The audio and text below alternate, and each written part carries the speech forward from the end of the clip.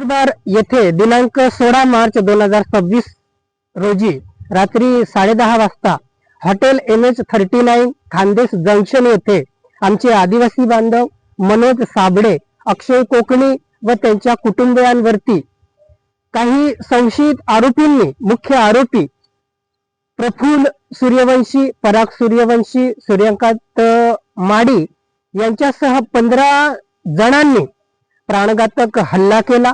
हा प्राणघातक हल्ला लोखंडी रॉड, लोखंडी पाईप, लाकडी दांडक्यांनी त्यांनी मारहाण करून आमच्या या आदिवासी बांधवांना जबर जखमी करून रक्तबंबाळ केलं।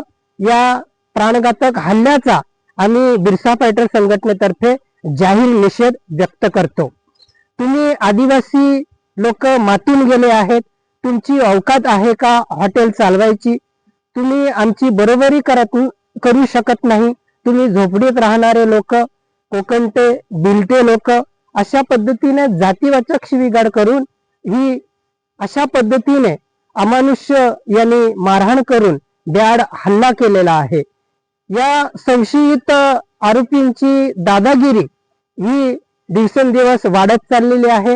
हे आरोपी अद्यापही मोकाट फिरून राहिलेले आहे।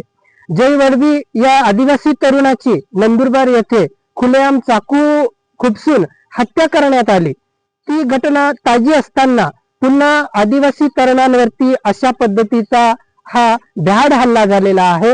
हा निंदनीय असा हा हल्ला आहे। दिवसेंदिवस या परप्रांतीय लोकांची दादागिरी व गुंडगिरी या नंदुरबार जिल्ह्यामध्ये वाढत चाललेली आहे। म्हणून यांची ही गुंडगिरी व दादागिरी आम्ही कदापि खपवून घेणार नाही।